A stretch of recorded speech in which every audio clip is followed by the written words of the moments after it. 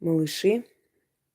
Это куклы Виборн, но они просто делаются очень похожие на детей. Копия ребенка, просто копия. И я уверена, что моделью как бы берется фотография ребенка или, э, ну, в принципе, да, фотографии ребенок-то не будет так тихо сидеть ждать. И ощущение такое, как маленькое тельце.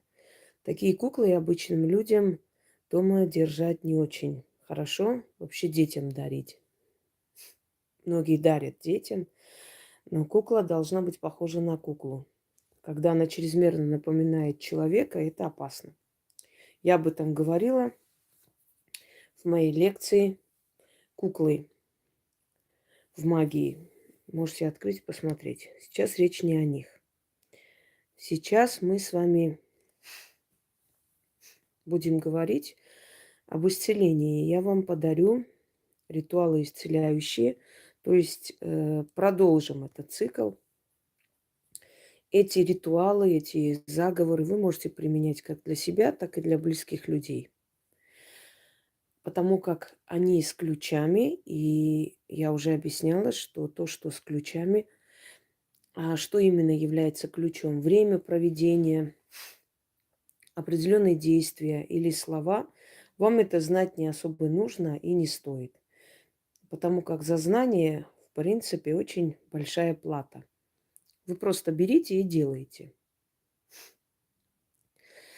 Хочу вам сказать, что самое сложное в магии, в ритуальной магии, в заговорной магии, самое сложное – это заговоры и ритуалы для исцеления. Не каждый рискнет их создать и выставить. Не каждому дано, начнем с этого, но не каждый рискнет. Потому что снятие порчи, ну, можно что-то там придумать, если там кто-то хочет придумать якобы, да? Но от того, снимется порча или нет, время покажет. Ну, конечно, есть сильные ритуалы, которые принадлежат профессионалам, и делая их, человек сразу чувствует облегчение за короткое время. Но в любом случае, согласитесь, что подобного рода ритуалы, они требуют некоторого времени, усилий, и это все уходит. А вот заговоры и ритуалы на исцеление, они должны действовать сразу же, моментально. Ну, или, по крайней мере, в течение суток, двух, потому что если человек болеет, он уже должен вылечиться после этого заговора.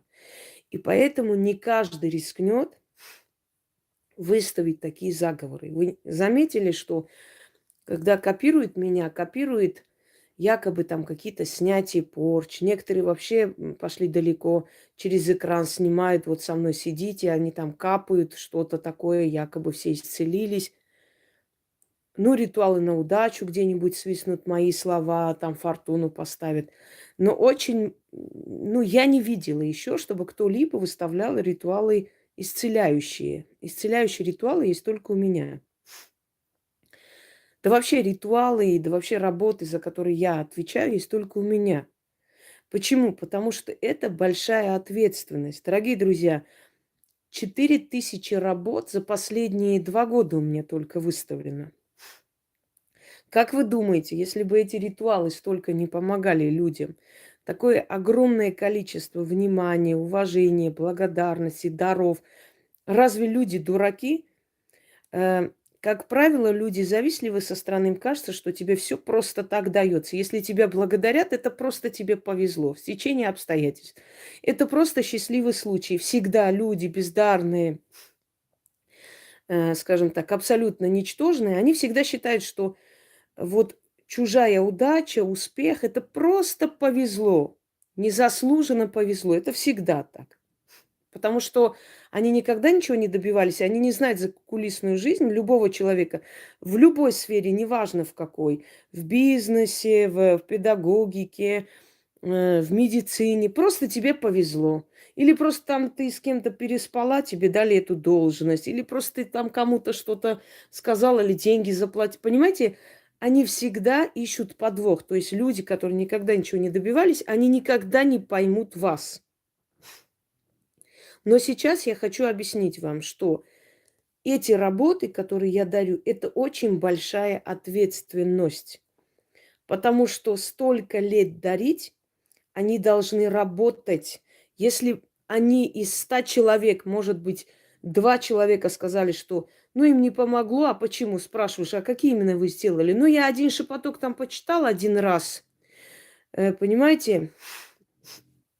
Значит, да, и девочкам спасибо, которые ведут дочерние каналы, потому что они обновляют все время мои заговоры и ритуалы, которые старые ролики загружают, люди вспоминают их, по новой смотрят. То есть за столько лет, да, стольких работ, если эти работы просто так выставлены для красоты, мы бы уже поняли, результат уже виден сразу, а здесь уже столько лет работ. Теперь смотрите, спрашиваешь человека, вот вы делали ритуал какой? Ой, я не помню, я там что-то начитала. Все понятно. Раз в полгода что-то начитать и ждать, бороться надо за себя, бороться, делать, пробивать эту стену. И, как правило, если человек за себя борется, даже самый безнадежный случай все равно открывается. Для них открываются все врата. Кстати, у меня спрашивали, писали из Армении, что мы можем начитать на Пашиняна. Дорогие друзья, я много давала ритуалов, но один из таких, один из сильнейших, который я вам могу сказать, и который не требует ничего, кроме одной свечи, любой. Это «Да воскреснет Бог Осирис». Читайте на него каждый день, и вы увидите результат. Если всем народом всю эту ненависть выплескивать на это существо, оно сработает быстрее. Здравствуйте, Нана. Именно поэтому исцеляющие ритуалы, исцеляющие работы народов мира, древних знахарей, да, секреты и так далее, не каждый сможет дополнять или свои ритуалы авторские там сверху еще подарить и так далее. Не каждый. Не каждый рискнет. Поскольку если снятие порчи требует определенного времени, если удача требует определенного времени, хотя вчера я выложила «Липни деньга к рукам», и внизу же написали, а мы просто включили, за вами повторяли, уже деньги, которые мне должны были там 2 недели, никак не отправляли, сразу отправили на карточку, понимаете? Это ответственность, друзья мои. Несет ответственность тот человек, который уверен в себе, в своей работе. Врач, который берется делать операцию, он несет ответственность, он уверен, что он сможет оперировать и зашить, и вылечить эту рану. Понимаете? Если он в этом не уверен, он не пойдет на операцию хоть убей. Я знаю много якобы врачей, в кавычках, которые купили дипломы. Они все замглавврачей. То есть они не участвуют ни в операциях, нигде, никак. Они только, по хозяйственной части. То есть они ставят свою подпись. Боятся они не уверены в себе. Ведь это ответственность, это жизнь человека. Здесь тоже. Вот смотрите, исцеляющий заговор. Исцеляющий вот от ангины, от того, от этого. Тысячи болезней. Сколько людей написали? Остановить кровь. Тут же остановилась кровь. Еще у меня же исцеляющих заговоров много. Для детей там я выставляла. Много я выставляла. Я очень много вам выставила на многие-многие случаи для того, чтобы оно вам помогало. И ведь людям тут же помогает от давления, от астмы, от боли в спине, адских болей. Сейчас не помню, какой ритуал нам Эльвира написала, что у нее были адские боли спины. Может, внизу напишет, на всякий зарекомендует, что у нее они прошли, закончились. То есть, понимаете как? От мигрени. То, что поможет прямо сейчас. Ну, если не прямо сейчас, в течение дня, 2-3. И кто возьмет на себя ответственность такое делать? Тот, кто уверен в себе. Именно поэтому именно вот исцеляющих заговоров практически не видно, авторских. Старинные, пожалуйста, да, собирают, издают, не спорю. А вот именно исцеляющих заговоров, а перекид болезни на жабу, Сколько людей сказали, просто прошли болезни, которые они лечили, лечили, лечили и лечили. И во всех клиниках, и везде. Вы представляете, сколько я вам дарю? Сколько бы вы платили всяким магуйкам, которые бы взяли у вас деньги и ни хера бы не сделали, но деньги взяли. Сколько бы взяли там шарлатанёв в белых халатах под названием врачи, которые в этом даже не понимают ничего, да? Я вам говорю, что нельзя ведьмам, колдунам лечить. Они могут только исцелять. Если это особо серьезная болезнь, они могут взаимодействовать только вместе с медиками. То есть медики делают свое дело, а она убирает вот этих духов смерти, она усиливает человека изнутри, и человек может... А именно какой заговор на воду, Нана? Уточни, может, людям пригодится, от чего там заговор? Там несколько, ну, много заговоров на воду. Вот совместными усилиями поднять человека возможно. Нельзя браться. Если человек говорит, я вылечу ваш рак, я ведьма, это аферистка. Нельзя, мы не имеем права трогать телесные болезни. Мы можем только исцелить. Но если есть моменты, когда человек и лечится, и в это самое время, скажем так, использует и заговоры, естественно, его лечение проходит быстрее. Теперь, я сегодня немного не такой эфир, как всегда. Сегодня более такой уникальный эфир, потому что я хочу вам подарить секреты, тайны древних знахарей. То есть не просто заговор и ритуал, а именно то, что мало известно вообще. Мало известно, но знаете как, оно недоработано. Вот метод вот так снимали, но что при этом говорили, как делали, где-то чуть-чуть сказано об этом, где-то не очень. Хочу вам сказать, что это я получила именно вот тетрадь человека, который там различные методы проводит. Но она сказала, что она просто переписала методы своей бабушки. Это ее семейные, это другие знахарские. Она искала, она этнолог, и она везде это все переписывала, но она сказала, что поскольку там они, ну, не полные, то есть оно там не полный список, там не все описывается, не все сказано, она просто посчитала, что это была просто работа, ну, так, для интереса, но издать это она не может, потому как там не полные. Вот где-то одно сказано, значит, где-то сказано, каким образом, что надо было делать, где надо было сесть ножницами, там делать свечой, но каким образом. Так слегка описывается, что можно. Но поскольку мне это дано, поскольку эти силы мне раскрывают многое, конечно, изучив эти методы, я каждый из них, скажем так, переработала, обработала, улучшила и добавила свои заговоры и ритуалы. И вот тогда получилась целостная картина, общая, понимаете? Где-то не сказано, где-то сказана одна часть, но как это делать? А я знаю, как в старину, например, называли острую ангину, жаба. Это не грудная жаба немножко другое, это когда задыхается человек. Но острая ангина, когда просто гланды аж краснели, опухали, это называлось жаба. И как эту жабу гнали? Для того, чтобы получить результат, для того, чтобы правильный ритуал составить, нужно изучить, понимаете? Для этого нужно иметь знания. Вот те, которые сидят, гавкают, это легче простого. Сидеть, следить за жизнью людей, там каждый день выкладывать. Вот она на балконе стоит, вот она в лесу стоит, вот она в ресторан пошла. Это все такая чушь собачья. Это такой примитив, это дешевизна, да, нечем заняться. А вот попробовать искать разных источников, понять, это нужны мозги, это нужен интеллект, это нелегко. И, естественно, это недостаточно просто изучить, еще и надо составить опыт, понимаете? У меня часто бывает импровизация. Когда я не совсем помню какой-то заговор или не совсем знаю, какой можно в этот момент, у меня бывает импровизация, которую я провожу и с людьми иногда, и с собой, когда у меня что-то там голова кружится. А вот в этот момент не вспоминаешь никакой заговор. Оно просто идет, понимаете? Импровизация. Екатерина, я вас сейчас кину в черный список, если вы дальше продолжите эту ересь. Я устала. Вы читать умеете? Откройте, посмотрите, как вообще тема называется. Хорошо? Прочитайте или возьмите азбуку, например, по буквам. Посмотрите, как называется тема. Надоело уже отвлекать меня постоянно. Так, да, читать можно, правильно заметили, Нана, читать можно и на лекарства, которыми вас лечат, то есть которым вы исцеляетесь, они усиливаются.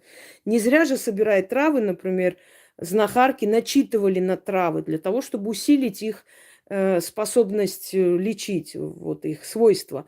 Ну и кроме всего прочего, еще и свойства усиливаются, когда их собирают. Есть полнолуние собирают, есть в особые дни. Не всегда можно пойти любую эту траву рвать и начитать, даже если где-то написано, что вот эта трава должна помочь. Не всегда аптечные травы сильные, потому что их не по законам и канонам собирают, а иногда что их моют, чистят, и они теряют свои свойства. И вообще там, ну, не всегда они в натуральном виде. Они обработанные бывают, а тут нужно природные, собственно говоря. Вот теперь вот показывая этих лялек, мы перейдем с вами именно к тому, для чего собрались. Секреты древних знахарей, тайны древних знахарей и усиленные мной ритуалы, которые я хочу вам подарить. Тогда она сработает несколько раз порядком сильнее, собственно говоря.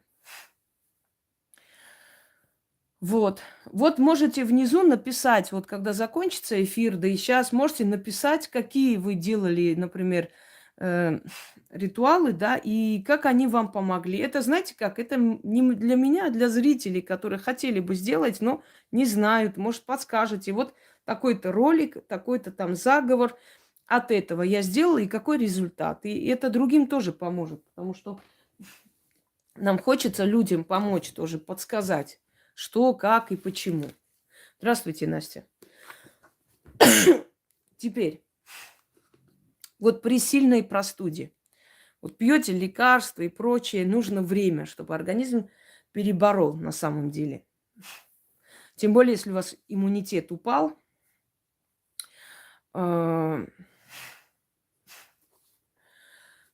что делать при этом? Вот давайте следующее. Один из секретов древних знахарей и мой ритуал, который вам вместе в совокупности очень хорошо поможет. Первое. Просто чай или кипяченая вода. Ложка меда. 7 раз читайте и пьете. Несколько раз в день. 3 раза, 4 раза. Смотрите, какая простуда. К вечеру вам станет легче. На следующий день оно начнет, значит, отступать. На третий день вы практически здоровы. Но если у вас сильное, то есть воспаление, вы запустили, естественно, обязательно пейте лекарства. Но если это сделаете, оно усилит силу лекарства, и вот это ваше исцеление, оно быстрее пройдет. Итак, чай или значит, горячая вода, мед, ложка меда. Некоторые говорят, а если у меня вот аллергия на мед? Ну, с сахаром. Заговорите на чай с сахаром. Если на мед, конечно, оно лучше сработает, но если просто на чай с сахаром, сработает на процентов 70, но сработает. Потому что здесь есть ключи определенные, и эти ключи именно в заговоре. Где-то ключи в заговоре, где-то в действиях, как я вам объясняла, да? Читать 7 раз. Вот прочитали, выпили, через 2-3 часа снова повторяйте. К вечеру начнет отступать, дыхание откроется, легче станет, жар спадет. На следующий день. И при этом, еще раз говорю, если болезнь запустили, конечно же, обязательно лекарство пить вместе с этим. Про зубную боль тоже есть, но я потом скажу. Сейчас вспомню, как назвать. Сама не помню, в каком ролике.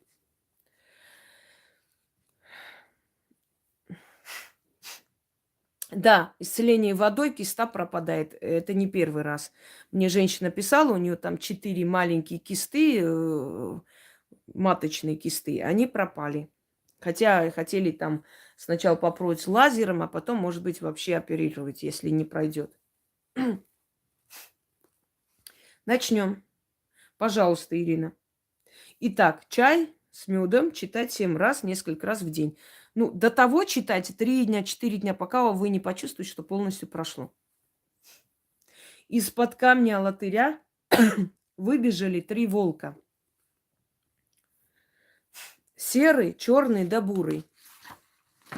Серый волк ломоту съедает, черный волк жар поглощает.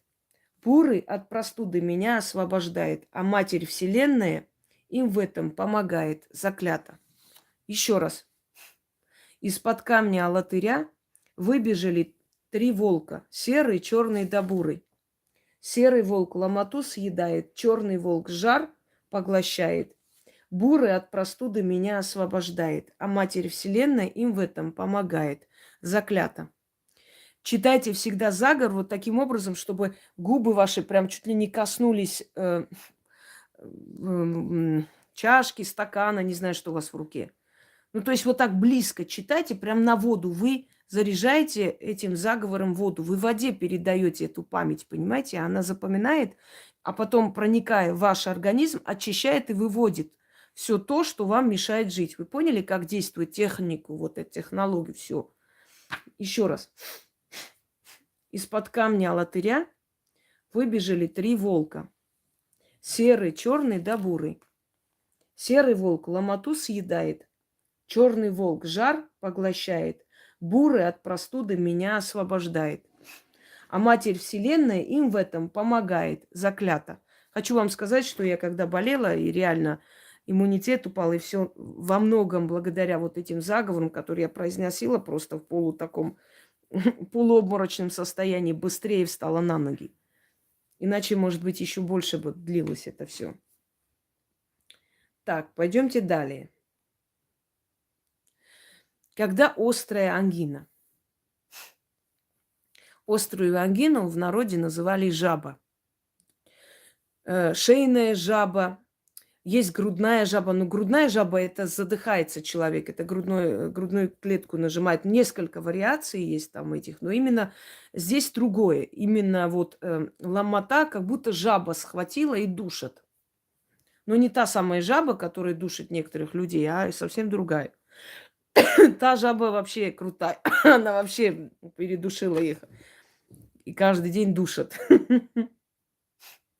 Начнем. Острая ангина, жаба. Что нужно делать? Да. Берете картофель, прям картошку в мундире и варите. Ну, можете помыть, конечно, чтобы она была чистая. Сварите эту картошку.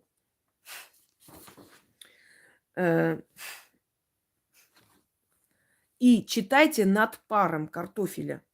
Вот раньше варили свеклу, разные, но потом на картофеле испробовали, когда картофель уже пришел к нам во времена Екатерины Великой. Вот этот заговор уже начали делать на картофель, потому что картофель дольше держит жар, чем другие овощи, которые варили. Понимаете почему? Хотя, метод более древний. Нужно сварить картофель, значит, куда-нибудь там так расположите, чтобы пар шел долго, но, может быть, там окутаете полотенцем, вот так держите и дышите на этот картофель. Когда будете дышать на этот пар, пар будет проникать внутрь. Держите рядом платок, потому что выходит слизь все время, вот вы высмаркиваетесь, снова читайте. Читайте 10 раз, 13 раз, сколько хватит у вас сил. Итак, давайте вот эту ересь, пожалуйста, может быть, поможет, надеюсь. Не помогает, не делайте. Все. Хватит. Итак, сварите картофель. Значит, окутайте картофель вокруг полотенцем или чем-нибудь еще. И вот так вот, держа руками, или положите куда-нибудь. В общем, дышите на пар картофельный. До того момента, пока картофель не остынет. И читайте. Голова начнет кружиться, начнет выходить слизь, очищаться вот это вот нос, то есть носоглотка и прочее. Вот будет выходить, возьмите с собой платок. Читайте 10 раз, 12 раз. Если плохо почувствуете, ничего страшного. Этот картофель вы должны потом выкинуть, не отдавайте кушать никому. Тем более и животным в том числе, и курам, и заболеют. После этого выкидывайте. Вот так вот варите картофель и читайте. Ну, можно несколько раз в день. Постепенно у вас эта грудная жаба начнет сходить через несколько дней. Иногда сходит в один день. Потому что там, во-первых, воспаленное состояние, воспаление, может быть и гной, который начинает выходить. Так что вы начнете плеваться, у вас, может быть, вырвет. Это нормально, пугаться не стоит. Оно очищается, спускается, вот это вот а, опухшее состояние гланд. Говорим следующее. Батюшка пар, матушка паровик. Выпери жабу, изгони жабу, мокрую и сухую, болючую, колючую, слизь убирай, горло очищай от жабы. Что там написали? А, все. От жабы болючей горло освобождай, заклинаю. Еще раз читаю. Батюшка пар, матушка паровик. Так называли пар, обращались так. Это персонализация, понимаете? Так, все, я кидаю в черный список тех, кто мне на нервы действует. Это тебе не ресторан, идти заказывать. Ищите и найдете у меня на канале. Хватит. Достали. Просто достали. Ни воспитания, ни черта нету, ни терпения. Что это вообще такое? Я вам выдаю ритуалы и заговоры, такие, которые считаю нужными и которым вы готовы, а не потому, что вы должны мне заказы раздавать здесь. Батюшка пар, матушка паровик. Выпари жабу, изгони жабу, мокрую и сухую, болючую, колючую, слизь убирай, горло очищай, от жабы болючей, горло освобождай, заклинаю. Это от ангины, острой ангины. Знаете, когда идут к врачу постоянно с ангиной, даже врачи говорят, а вы вообще слышали, что ангину заговаривают? Потому что постоянно, когда ангина у человека, это о чем-то говорит. Заговаривали, на жабу кидали, таким образом заговаривали. Но это тоже очень сильный метод. Пойдемте дальше. Когда вас лихорадит, постоянно лихорадит, вы не можете с этим справиться, ничего не можете сделать. Набирайте ведро или маленькую емкость такой воды. Опускайте туда руки по локоть и читайте. Читайте 20 раз. Потом выливайте эту воду в раковину или в туалет, вот неважно куда. Можете на землю вылить, если вы в частном доме живете. Следом еще говорите определенные слова. Через короткое время вам станет легче. Итак, по локоть опускайте. Не прям ледяная вода, но и не горячая. Ну, можете теплой водой. Так, слегка теплой. Вообще должно быть холодноватой. Ничего не будет, не переживайте. Огневица, трясовица. Остудись. Водой стуженной охладись. Дорогу ко мне забудь. Огневица, трясовица. Остудись. Водой стуженной охладись. Дорогу ко мне забудь. 20 раз. Огневица, трясовица. Остудись, водой стуженной охладись, дорогу ко мне забудь. Начитали? Выливайте, следом говорите. Вода, уходи в землю, лихорадка и жар, уходи туда же. Истинно. Говорите 3 раза, когда выливаете.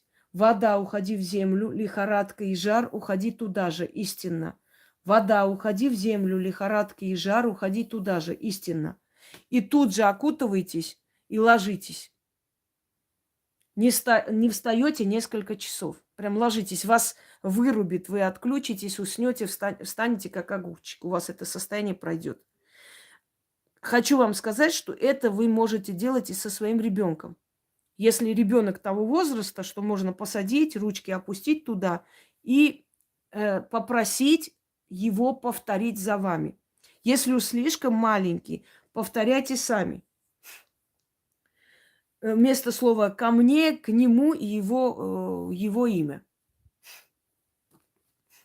А уже, естественно, воду вылейте, сами скажете. И тут же окутайте ребенка и положите спать. Вот все, что я вам говорю, можно провести с детьми. Ну, с взрослыми людьми нельзя, потому что они сами должны уважать мир духов. Мне иногда говорят, ой, вы знаете, вот, кстати, 12 лихоманок лечит еще и подагру. Человек сказал, вот это и Параскева Пятница. У нее муж страдал 20 лет от подагры. И говорит, он просто прошел. И мы не знаем, как это объяснить. Я вам как-то включала, по-моему, голосовой, если помню. Мне говорят, а вот можно я начитаю? Вот она не хочет, не верит. Послушайте меня, если вы не уважаете силы, да, плевать хотели, никакого уважения, ничего нет. Как эти силы помогут этому человеку? Он не хочет, он говорит, да это фигня, все, я не верю, это все ерунда. И вы хотите, чтобы силы помогли этим людям? Нет.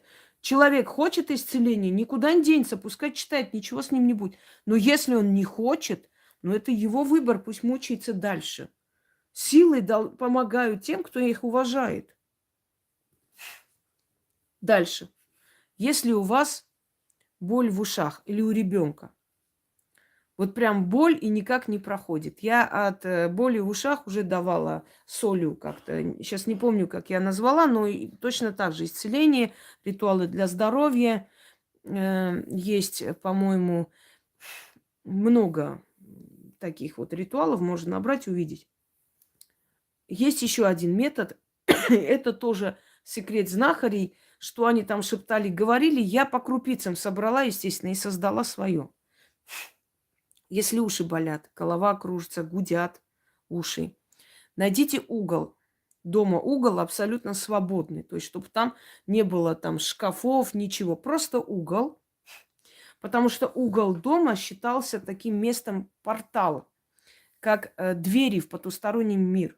Углы дома всегда были как порталы. Старались их держать в чистоте.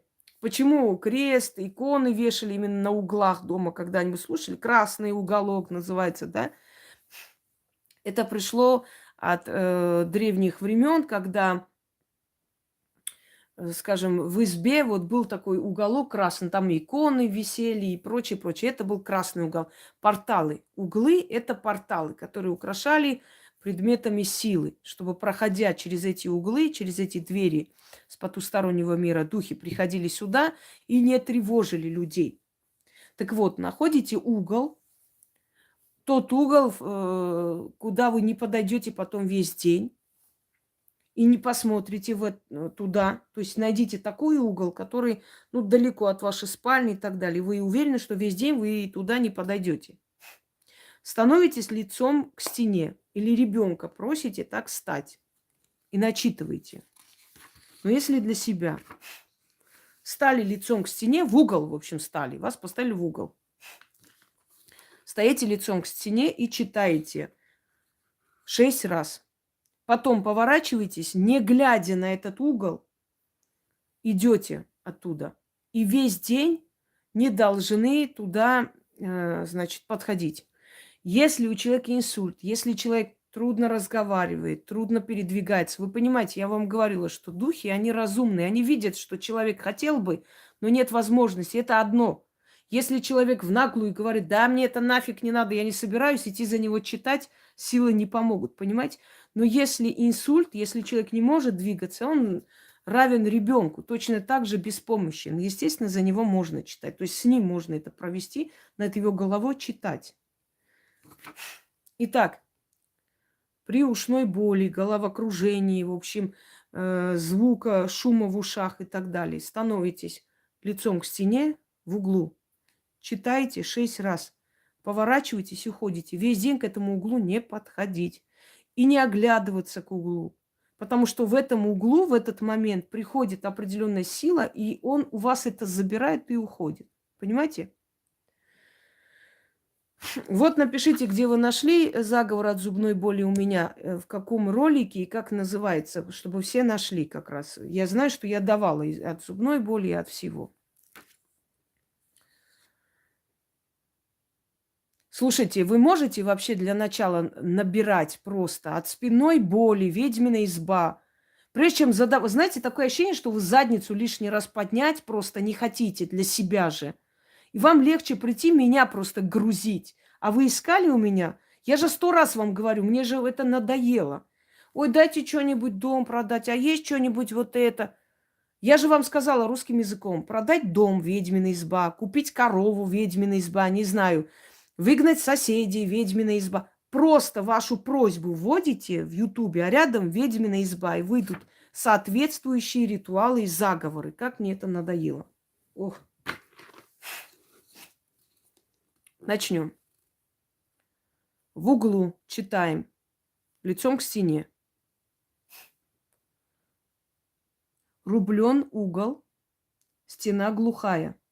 У тебя ничего не болело, в ухе не стреляло и не вертело. Так бы и у меня не болело, не стреляло, в ухе не вертело. Ни днем, ни ночью, истинно. Еще раз говорю.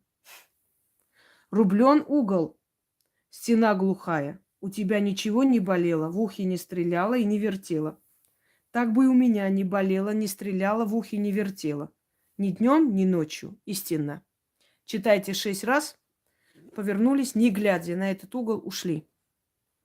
Ну, например, если у вас там, скажем так, 2 ванные комнаты, один внизу, другой наверху. И вы знаете, что туда наверх вы не пойдете в этот день. Идите там, прочитайте и вниз идите. Так. Дальше. Если ломает суставы, если лихорадит, трясет, руки трясутся, то есть постоянно или при сильном жаре, там, если жар у вас вот и начинает трясти, суставы болят, ломятся, или если просто суставная боль постоянно вас мучает. Итак, что нужно делать? Значит, вы сами для себя не сможете провести, поэтому попросите кого-то это сделать. Потому что над своей головой чирикать ножницами нельзя. Нужно, чтобы кто-нибудь этими ножницами там орудовал. Даже если он слова не скажет, вы будете повторять, это поможет. А если вы будете для кого-то делать, для ребенка, для близкого человека, значит, смотрите, сажайте прямо перед порогом, перед входной дверью на пол. Вы можете постелить что-нибудь. Прям садится на пол человек. Над его головой ножницами вот так проносите. Как будто стрижете вокруг. Волосы, естественно, не задевайте. Вот просто вот так делайте. Вот видите, насколько важны секреты древних людей, древних знахарей, ведунов и так далее. Потому что здесь не просто слова, здесь действия тоже очень важны. И они тоже, они стригут, то есть убирают, да, убивают, отсекают неизвестные энергии. Это не просто так вот так гремели цепями или что-то еще. Понимаете? Если еще раз кто-нибудь мне вообще здесь напишет такое, и вообще давайте ко мне обращаться Джан не надо, ко мне обращаются Джан армяне. Вы понятия не имеете, что такое Джан. Не надо на них смотреть и писать. Это уже звучит смешно. Не люблю я такие вещи. Это реально звучит просто как мещанство. Вы что думаете, что вы должны ко мне так обращаться? Вы понятия не имеете, что это означает. Так обращаются люди именно с этого народа, потому что они понимают это слово и значение. А вы пытаетесь мне понравиться. Я не люблю людей, которые жополизы. Терпеть не могу. Вы слово «джан» вообще знаете, что такое? Я вам скажу, душенка. Ну вот не знаете вы так не обращайтесь никому в жизни, вы так не разговариваете. Зачем мне так писать? Вы так общаетесь между собой? Нет, так общаются армяне, вообще кавказские народы. Раздражает, потому что человек понятия не имеет, что это вообще выражение означает. Специально пишет, чтобы мне понравиться. Это звучит по-цыгански. Знаете, вот это чавалы, рамалы. Не знаешь, что это означает, и лишь бы сказать. Вы не думаете, что если вы мне такое скажете, я сейчас побегу. Но я не падкаю на эти посулы, понимаете? Я не падкаю на это жополиство. Мне важно уважение просто человеческое. Вот и все. Я прекрасно чувствую. Достали. У нас была одна женщина, которая, понимаете, у нас была одна женщина, ну не слушайте эти из говногруппы, тащатся сюда. Тупорылые существа, которые... Знаете, вот они профессора, на них посмотришь, они в жизни ни хера не добились, кроме как говно лить друг на друга. Все профессора, все знатоки где-нибудь что-нибудь прочитали, пришли тут хавкают. Не надо на них обращать внимание, просто я их заношу, черный список убираю и все. В Одноклассниках одна женщина мне заколебала уже писать, цветы отправлять. Мне уже на нервы это действует. Потом смотрю, приходит, создала профиль Самуэль и поставила фотографию моего сына. И мне пишет. Я говорю, это что за вообще идиотизм? Я говорю, я вообще шутки не поняла. Ой, я думала, вам понравится. А что мне должно понравиться? Ты думаешь, что если ты с фотографией моего сына придешь, это у меня вызовет симпатию, радость и улыбку? Это идиотизм, это дешевые, дебильные вещи. Понимаете? Все. Человек должен вести себя зрело. Иногда пишут мне такие смайлики, знаете, вот этими, значит, плачущим, ой, помогите, у меня это. Я говорю, для начала вам сколько лет, мадам? Она, ну, мне 45. Я говорю, 45 лет? Вы что, школьница? Эти все вот эти смайлы, эти все плачущие смайлы. Приди в себя, твою мать, ты взрослая баба. Нормально пиши. Здравствуйте, Инга, у меня вот такая просьба. Вот вы могли бы в этом вопросе помочь? Я бы поняла. Что за идиотские смайлики, там эти плачущие руки? Ёкала мне. Веди себя как взрослый человек, и к тебе отнесутся как к взрослому, серьезному человеку. Вы понимаете? Интеллект вообще как у куриц. И удивляется, почему в жизни так происходит. Муж ушел. Да я на месте твоего мужа давно бы убежала, куда глаза глядят. Себе тоже посмотрите минусы и глупости, чтобы понять, почему ваша жизнь вот такая вот. О, не люблю. Я не люблю жополиство. Уважение это другое. А вот это специальное вот это вот подлизывание не надо мне. Вы не армянка, вы не знаете, что такое джан. У вас не обращаются так. Вы дома друг другу так не говорите. Нахера мне писать так? Все. Это все равно, как англичане скажут, голубушка моя. Понимаете, это звучит смешно. Каждая нация, каждый этнос, каждый народ интересен и красив на своем месте. Если это русская женщина тебе пишет, моя хорошая там, моя голубушка, моя не знаю чего, это звучит естественно. Если это напишет какой-нибудь швед, это будет звучать притворно и смешно. Ты понимаете, о чем я? Все, отвлекли меня. Ну реально, Илона, каждый человек должен понимать, что он должен естественно выглядеть, а не смешно. Если вы дома не разговариваете так, не обращайтесь друг к другу так, зачем мне это писать? Только потому что я армянка. Не говорю, что мне это неприятно или приятно, но я понимаю, что это неестественно. Ты не знаешь, что означает джан. Вы дома джан говорите друг другу? Нет. Это говорят армяне, это говорят кавказские народности, да? И поэтому я понимаю, что они так обращаются, они ко мне так обращаются. Но если вы даже не знаете, что это слово означает, вот так обращайтесь ко мне, для чего? Нормально просто Инга и все, что нельзя? Ну не ваше это не твое, ты не знаешь, что это слово означает. Нахера? Копировать, чтобы мне понравиться, смешно. Уф. Мне один пишет, сейчас скажу, какой-то там Прохор, не помню сейчас фамилию, сейчас не буду говорить. Генацвалы, Гамарджоба. Хотелось бы Генацвали, хотелось бы Гамарджоба. Я говорю, слушайте, что за Генацвали, Гамар... Вы вообще знаете, что это означает? Ну вы же из Грузии. И что дальше? Ромалы Чавалы. Но я из Грузии. Это грузин может написать. Грузин понимает, что такое. Он так говорит дома со своими. Обращается. Генацвали и так далее. Но моя Гамарджоба. Я говорю, вы знаете, что такое Гамарджоба? Здравствуйте. Ой, а вот я думала, это одинаковые слова. Но не думать не надо. Нефиг вот так вот неестественно, смешно себя вести, пытаясь мне понравиться. Вы выглядите смешно. Юкламане. Вы понимаете, э, говоря на армянском языке, я говорю чисто на армянском. У меня нету вот этих мещанских, знаете, одно слово по-русски, другое слово по-армянски. Если я говорю на армянском, я говорю чисто на армянском, литературном языке. И любой человек, который знает армянский, это скажет. Почему? Потому что если я не знаю хорошо свой язык даже, я не рискну, я буду говорить по-русски. Но если я говорю и термины, если я говорю Юлий Цезарь на русском, если я разговариваю на армянском, говорю Гулиос Кесар. Понимаете? Я не говорю Юлий Цезарь, вот это нельзя. Или ты знаешь язык и говоришь, или ты не говоришь на нем. Говоришь, говори чисто, говори правильно. Или вообще не говори. Почему вот некоторые, извиняюсь, конечно, за выражение, бабы и мужики никак не понимают, почему это Хосроева интересно русской публике, а они нет. А вы посмотрите на себя. Я не хочу, конечно, оскорблять никого, но для русской публики вы всегда останетесь чурки.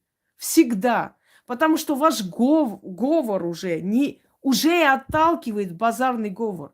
Я здесь, понимаешь, не было такого. Это не было, да, вот это самое, понимаешь ли, вот это, да, вот как бы, понимаешь, я здесь, товарищи мои хорошие, а также вот это, ну не будешь ты принята русской публикой никогда.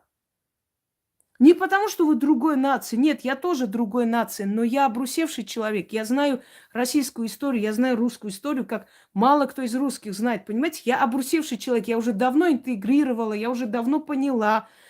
Я знаю, как говорить. Я что, вы думаете, я не могу тоже так?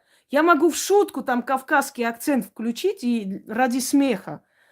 Но я тоже могу сидеть и специально кавказским акцентом. Это неестественно. Говоришь по-русски, старайся говорить чисто. Не можешь говорить по-русски, значит, не бери на себя такую миссию кого-то учить. Я, конечно, извиняюсь, сидит какая-то баба, не буду называть эту дамочку. Здравствуйте, мои хорошие! Вот серьезно, на днях опять пробежала, опять про меня гав-гав-гав-гав-гав, и какие-то продает из фольги шапочки от инопланетян и гуманоидов. Господи, ну это-то клиент Кащенко. Мои дорогие, буду славянский пантеон. Я неправильно говорю про славянский пантеон. Она будет учить. Я буду учить, как бы вот это вот боги же, вот это же есть же, вот который вот это вот русский, вот который били, вот это Перун, вот который вот это еще там этот был Велиз, который вот это, я думаю, твою-то мать. Сейчас она будет русских учить славянской магии и знакомить со славянскими богами.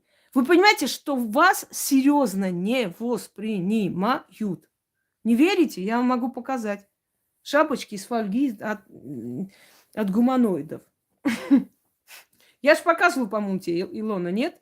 Я куда-то кидала, показывала. Все на этом. Еще раз вас призываю, если вы говорите с русскоязычной публикой, значит, говорите так, чтобы вас поняли. Акцент здесь ни при чем. Люди приезжают из других стран, через переводчиков общаются, и то говорят умные вещи, их слушают. Здесь не это при том, понимаете, вы должны понимать, чувствовать душу этого народа. Чувствовать душу этого народа. А иначе вас не воспримут никогда. Вы для них всегда будете чурки. Всегда. Я объяснила вам почему. Потому что даже ваш говор, даже ваша разговорная речь, она отталкивает. От вас пахнет базаром. Ну, не те вы, понимаете? Рожей не подходите. Ну, и остальным тоже. Так что каждый на своем месте красив. Вы представляете, если бы я сидела вот с акцентом рассказывала про российскую историю. Это самое, когда Юлий Долгорукий вот это вот Москву же, может же, построил же, вот это, он сказал, я тут пришел, это самое, я здесь, а вот это, это тут, а вот это вот, когда он построил это Москву. Ну, кому это интересно слушать? Это отталкивающая речь, это некрасиво, это нормально. Подсознание человека сидит чужая речь, понимаете? Она неинтересна. Чужая речь, она отталкивает. Тем более, если эта чужая речь говорит какую-то тупость, ересь и какую-то непонятно что. Мои ритуалы на армянском языке пишут. Не делайте, очень опасно, неизвестный язык. Я, конечно, очень извиняюсь, но это очень известный язык. Этому языку 5000 лет с лишним. И это мой родной язык. Грузинские ритуалы. Неизвестный язык не делайте. Но это насколько надо быть отсталым, тупорылым существом, чтобы грузинский, армянский язык, он неизвестный. Греческий язык, неизвестный какой-то язык. У меня на канале люди всех этих национальностей, если бы там было что-то плохое, они бы давно сказали. Это неизвестные вообще языки. Ну, а для них, может, и неизвестные. В их кишлаке, конечно же, не знали. Вспомнился такой грузинский фильм, комедия «Сваны», когда так уж получается, что человек... Здравствуйте, Анатолий. Когда человек, турист из Португалии приехал в Грузию и заблудился в горах. А так уж получается, что человек, ну, совпало, что грузин, который работает в Португалии, он приехал к своим родственникам на лето. И тут он ходит, значит, ходит и видит, человек заблудился и на португальском что-то там матерится, не может найти тропу. И он тут же повернулся, начал ему на португальском объяснять, куда, что, и говорит, если хотите, пойдемте, я вас провожу. И этот португалец охренел, естественно, он в Грузии, в горах на португальском, и говорит, я, конечно, извиняюсь, но неужели здесь знают португальский? И он говорит, конечно, мы в Грузии все говорим на португальском. Вот теперь здесь, блин. Мы тут все говорим на португальском, на неизвестном языке. Давайте дальше пойдем. Итак, ломота. Если ломает суставы, потому что у вас жар, потому что вам плохо, или просто, ломит плохо, постоянно у вас ломит суставы, или боли в суставах, несколько вечеров. Вот эти все заговоры, которые я вам сказала, лучше делать вечером. Конечно, если очень больно, делайте днем, но вечером оно особенно активно. Потому что моя бабушка, когда хотели заговорить детей, приводили детей, или их там чепчики, или маечки и так далее, она всегда говорила, приходите вечером, когда солнце сядет. Или, например, делали ритуалы, пока солнце не встало, прям ранним утром, смотря когда. Зимой можно было позже, например, к 7 часам. Летом, сами знаете, рано встает солнце, это к 4 надо было встать. По росе ходил человек до восхода солнца и читали. Вот во всем есть свои ключи, во всем есть свои секреты, тайны и смысл. Так вот,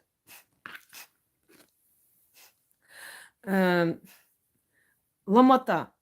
Посадить человека перед порогом, взять, значит, ножницы и вот так вот чикать над головой. Не срезая волосы, естественно, просто вот над головой, как будто вы стрижете.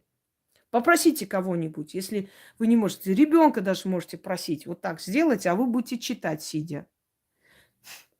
И вот, значит, читайте раз 13. Вам станет легче сразу, но обязательно продолжайте. 6 дней, 7 дней, вот у вас суставная боль начнет абсолютно уходить. Потому что люди обычно первый раз делают, ой, ну все прошло хорошо, потом возвращается. Надо добить. Ножницами можете потом пользоваться, оно ничего там никому не сделает. Просто перед тем, как пользоваться, просто его как бы после ритуалов под струей воды просто держите некоторое время, чтобы она ушла. И все. Итак, матица, на 40 плах посажена. И хворь сию, и ломоту туда же посажу. Точиво ножнынь.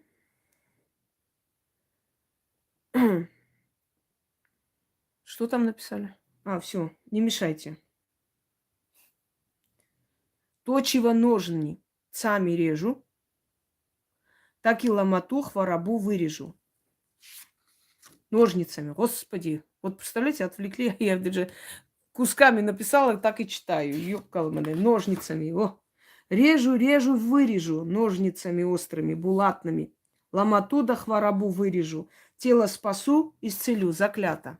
Еще раз. А я еще не пойму, что тут написал-то. Отвлекаюсь. Матица, матица. На 40 плах посажена. И хворь сию, и ломоту туда же посажу. Точево ножницами режу, так и ломоту. Точево, да. Прям точево, так и называется. То, чего вместе говорили. Это неизвестная энергия называется. Это старинные слова. Так и ломоту, хворобу вырежу. Режу, вырежу. Ножницами острыми, булатными, ломоту да хворобу вырежу. Тело спасу, исцелю. Заклято. И еще раз. Да, смеховой порошок. У меня сестра двоюродная, достаточно было так палец показать, она в обморок падала. Собрались всем селом, пришли и сериал смотрят. И она надела сарафан моей мамы. А сарафан моей мамы, естественно, большой, она маленькая, ей там лет 12. И я смотрю, все село сидит, смотрит, а у нее сарафан упал просто. И вот это вот обнажил грудь детскую. Она сидит прям вот просто вот голая сидит, а сарафан так висит. И я пытаюсь ей сказать, что у тебя сарафан упал. Пока все смотрят на экран очень напряженно, никому нет дела до других. Она сидит голая. И я ей говорю: Жанна, так пальцами показываю. Я говорю: Жанна, ну на нее, на меня показываю, мол, посмотри, там у тебя открыто. Она так посмотрела, вместо того, чтобы сарафан поднять, она так: ай, и все повернулись на нее, посмотрели сначала на нее сиськи, посмотрели, потом уже дальше пошло. Вот такая вот куку. Вместо того, чтобы закрыть, она сначала посмеялась, а потом уже закрыла. Ну ничего, ей было 12 лет, простительно, не страшно. Так что так мы ее называли, смеховой порошок. Еще раз говорю.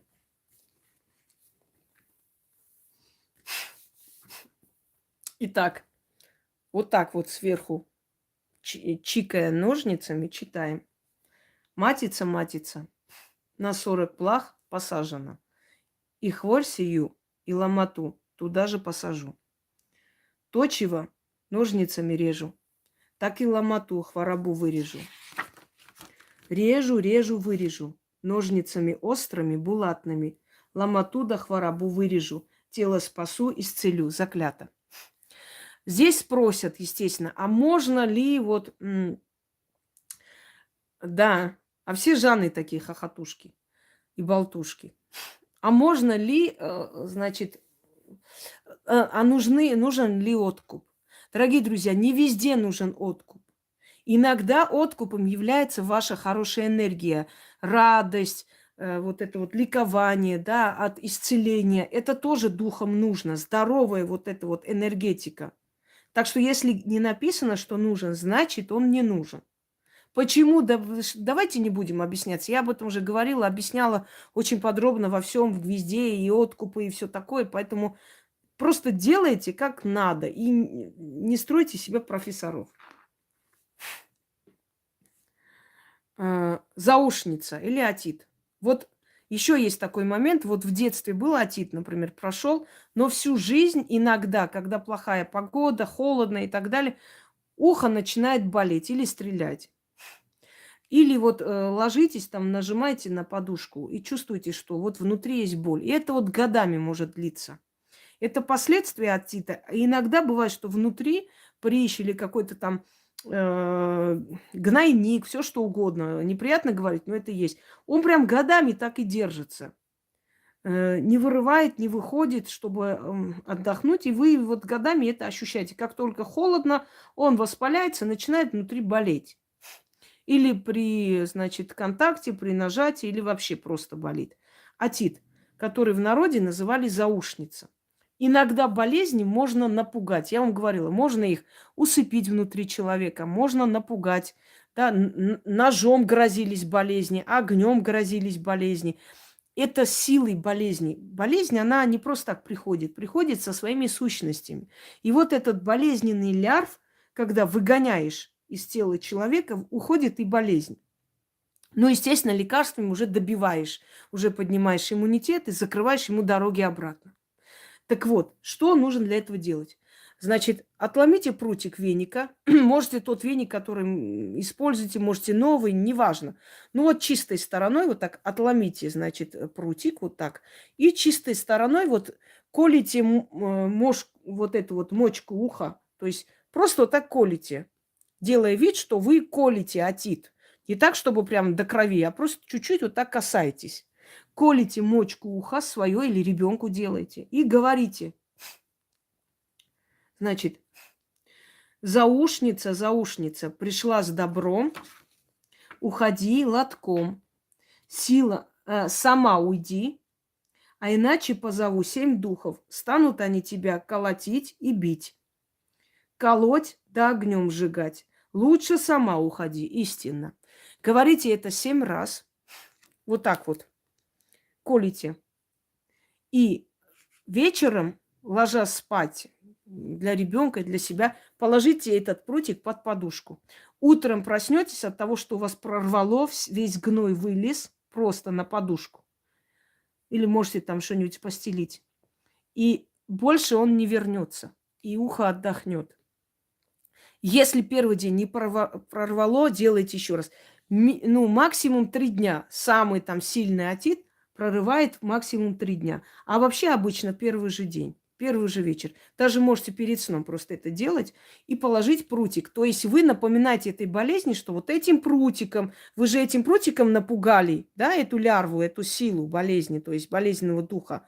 И в напоминание, чтобы болезнь не забыла, вы прутик положите под подушку. И болезнь помнит, что если она не уйдет сама, вон прутиком кололи, а 7 духов вызовут, понимаете? Вы угрожаете болезни и изгоняете. Еще раз говорю, значит, прутиком вот так колите мочку уха, заушницу, а потом перед сном, то есть считайте 6 раз, а потом перед сном, что? Подождите, рожистые воспаления, есть там различные воспаления, берите, делайте. И вот это тоже подойдет, кстати, на вот это вот воспаление. Но ждите, я выложу именно как бы для этого. И потом этот прутик нужно положить под подушку. И болезнь помнит, что грозились, что будут колоть ее. Поэтому ей нужно быстрее уйти. Она прорывает и уходит. Обычно оно может вернуть через некоторое время, то есть не сильно, но в любом случае. Но если вы будете часто делать, через некоторое время она вообще исчезнет. Итак, колите, вот отломили прутик, и чистой стороной колите. Вот так, мочку уха. И говорите, заушница, заушница, пришла с добром, уходи лотком. Сама уйди, а иначе позову 7 духов, станут они тебя колотить, бить, колоть да огнем сжигать. Лучше сама уходи, истинно. Все, легли спать, прутик положили, утром просыпайтесь, у вас очищено. Или она сама высохла и боль отпустила. Но обычно прорывает, потому что там, как правило, как правило, воспаление, то есть там гной чаще всего выходит.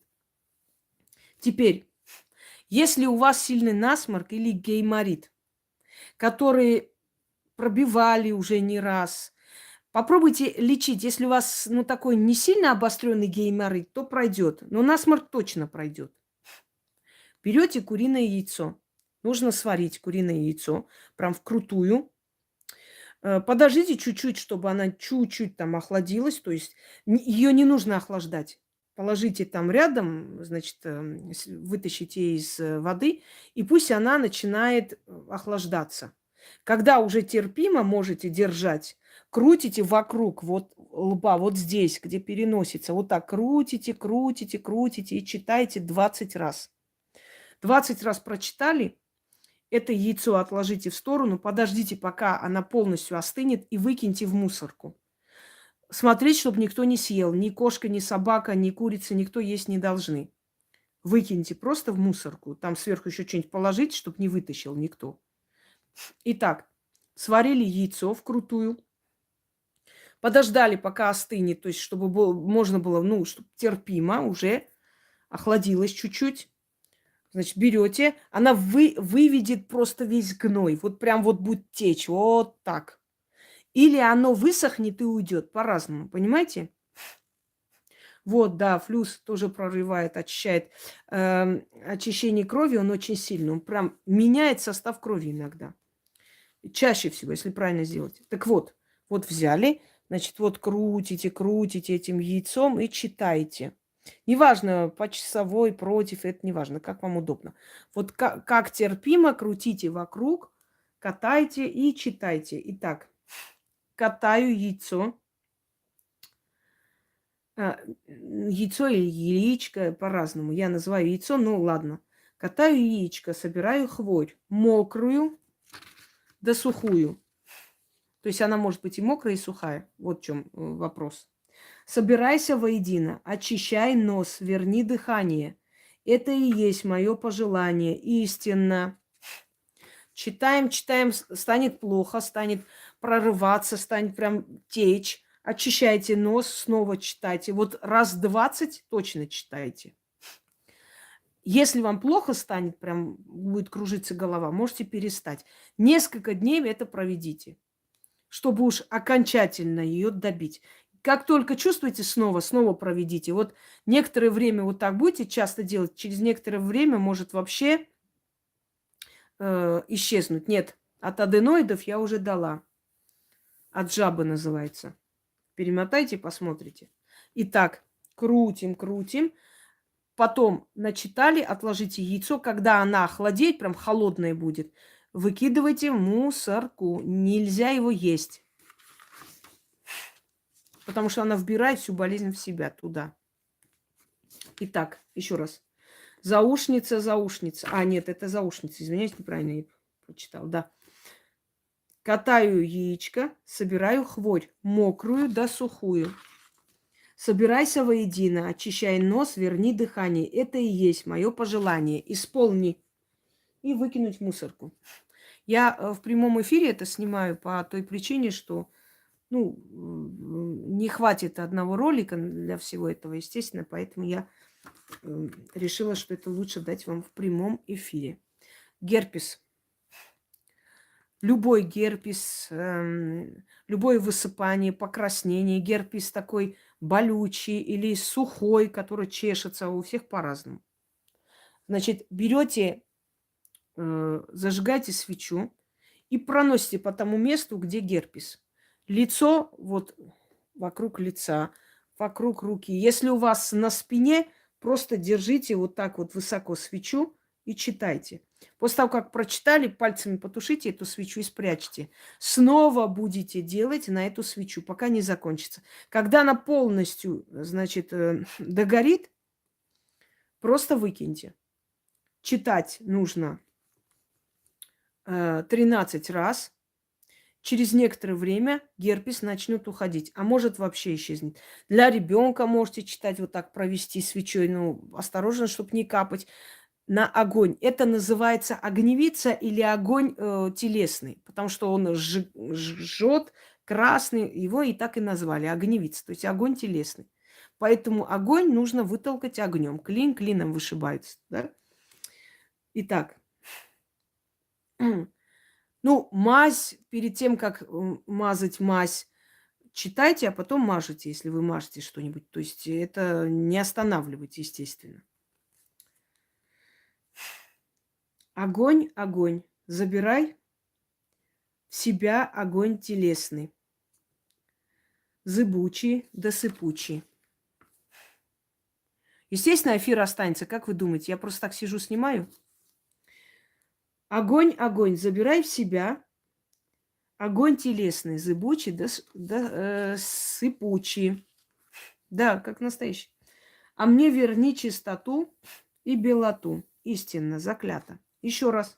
Огонь, огонь, забирай в себя огонь телесный, зыбучий да сыпучий. А мне верни чистоту и белоту. Истинно, заклято. Если вы болеете, тяжело идет ваше исцеление, окуривайте постель. Окуривайте постель любым благовонием, чтобы был дым, неважно чем. окуривайте постель, значит, читайте 6 раз каждую ночь перед сном. И вскоре пойдете на поправку. Или делайте для ребенка. Например, ребенок болеет, все время долго исцеляется, окуривайте постель. Считалось, что над постелью злые духи собираются, поэтому человек долго болеет. Или вообще постельные отношения плохие становятся и так далее между супругами. Окуривайте постель, очищая постель от болезненных лярв. Что при этом говорить? Вот так проносите над постелью ночью. Не обязательно прям перед сном. Можете это сделать просто раз в день, да, или ночью сделать, потом уже позже идти спать. Дым пускаю. Нет, священный дым пускаю. Защитников ожидаю. Стражники с юга, с востока, с севера и с запада. Спуститесь на мою постель. Усильте меня, а болезнь изгоните. А тело исцелите. Лихоманок, трясовиц, болезнь несущих, каленым железом калите, чтобы убирались вон с этой минуты. Да будет так. Нет, не можно. Там ясно, четко сказано, от чего применять. Не можно. Еще раз. Священный дым пускаю, защитников ожидаю. Стражники с юга, с востока, с севера, с запада. Спуститесь на мою постель. Усильте меня, а болезнь изгоните, а тело исцелите. Лихоманок, трясовиц, болезнь несущих, каленым железом калите, чтобы убирались вон с этой минуты. Да будет так. На сегодня достаточно, потому что я буду постепенно вам их давать. Но то, что сейчас вам подарила, понимаете, как нужно, как там дозированно, по чуть-чуть. Люди провели еще, чтобы успевали они понять, переварить, посмотреть и прочее, и прочее. Так, все. Заказы не принимаю. Здесь не ресторан. От всего я уже давала. Ищите и найдете. Пишите, вам даже мои зрители говорят. Если люди не могут найти, пишут, даже зрители говорят, и зрители подсказывают, как называется и где искать. Еще раз говорю. Как вы считаете, вот прямо сейчас сяду от глистов, тут же насочиню, отдам вам? Не ресторан. Придите в себя. Даю то, что нужно. У меня уже не помню, сколько сотен ритуалов исцеляющих. Неужели трудно найти и искать? Тем более написали внизу. Все, дорогие друзья, мы с этими детками с вами прощаемся. Не знаю, успею еще снять. Сегодня в эти дни очень много загружено, но снимаю, как видите. Я вам говорила, что я табунами людей не принимаю, и я все-таки делаю акцент больше на книги, на то, чтобы подарить, оставить, заниматься своим каналом. Могу, конечно, превратиться в машину для зарабатывания денег, но я так не хочу. Я хочу уделить время и вечному, то, что останется после меня. Так что есть выбор, да, или так, или сяк. Я выбираю несколько человек в день, им помогать, объяснять, и остальное время отдавать моей работе, которая более важна, чем другие вещи. Всем удачи, всех благ. И исцеляйтесь и не болейте.